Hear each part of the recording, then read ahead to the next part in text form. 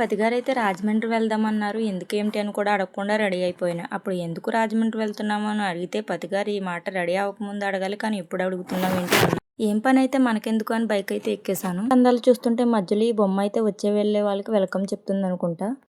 ఈ లొకేషన్లో ఫొటోస్ దిగితే భలేగా ఉంటాయి. నేను దిగుదాం అనుకున్నాను, కానీ పతిగారు తిడతారని దిగలేదు. అలా రాజమండ్రి బ్రిడ్జ్ ఎంటర్ అవగానే బ్రిడ్జ్ అంటుంది, నేను అందరికీ తెలుసు కానీ నువ్వెందుకు అన్నిసార్లు వీడియోస్ తీస్తున్నావు అంటుంది. నువ్వంటే నాకు ఇష్టం, అందుకే వీడియోస్ తీస్తున్నాను అన్నాను. సన్సెట్ చూడండి ఎంత బాగుందో.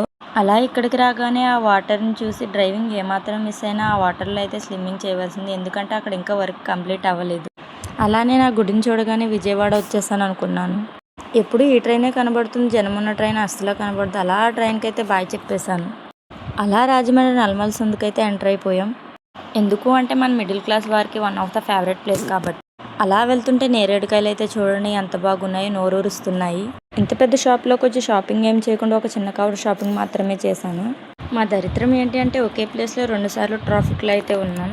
ఈరోజు పతిగారు పానీపూరి ఇప్పిస్తానన్నారు. వెంటనే నా మొహం వెలిగిపోయింది. పతిగారికి ఒక మిక్చర్ చెప్పి నేను మాత్రం ఆ పవిత్రమైన పదార్థాన్ని తిన్నాను. చెన్నై షాపింగ్ పై మళ్ళీ నేను రమ్మంటుంది. నీ దగ్గరకు కానీ వస్తే పతిగారు ఇంకెక్కడే నన్ను వదిలేస్తారు అని చెప్పాను. ఏంటి ఇన్ని వెహికల్స్ ఉన్నాయంటే, పతిగారు మొన్న ఎప్పటి నుంచో డీమార్ట్ అంటున్నావుగా, అందుకే తీసుకొచ్చాను అన్నారు. వెంటనే పతియే ప్రత్యక్ష దైవం అనుకుని లోపలికి ఎంటర్ అయిపోయాను. వెళ్ళగానే చాలా క్రౌడ్ అయితే ఉన్నారు. చిన్న 30 బేర్స్ అండ్ డాగ్స్ భలేగా ఉన్నాయి. ఈ 30 బేర్ చూడండి ఎంత క్యూట్గా అయితే ఉందో. తరువాత ఈ 30 బేర్స్ చూస్తూ ఆ 330 బేర్స్ చూడగానే చెడు వినుకు, చెడు చూడకు, చెడు మాట్లాడకు అన్నట్టుగా అయితే ఉన్నాయి. షాపింగ్ కంప్లీట్ చేసుకుని వెళ్తుంటే ఈ బొమ్మ అయితే కనబడింది. ఈ బొమ్మను చూడగానే నాకైతే అమ్మ బొమ్మ మూవీలో ఓం బగబుగే బగుని బాగోతని భగవానికి అనే డైలాగ్ అయితే నాకు గుర్తొచ్చింది.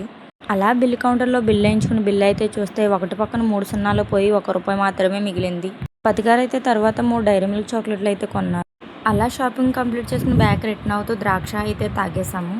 అలా బిర్యానీ షాప్లో బిర్యానీ తీసుకుని బ్యాగ్ రిటర్న్ అయ్యాం. అలా వెళ్తుంటే పతిగారు అయితే నీ కోరిక తీరిందా అంటున్నారు. ఏదో అలా తీరిందిలే అని బ్రిడ్జ్ అయితే ఎక్కేసాము.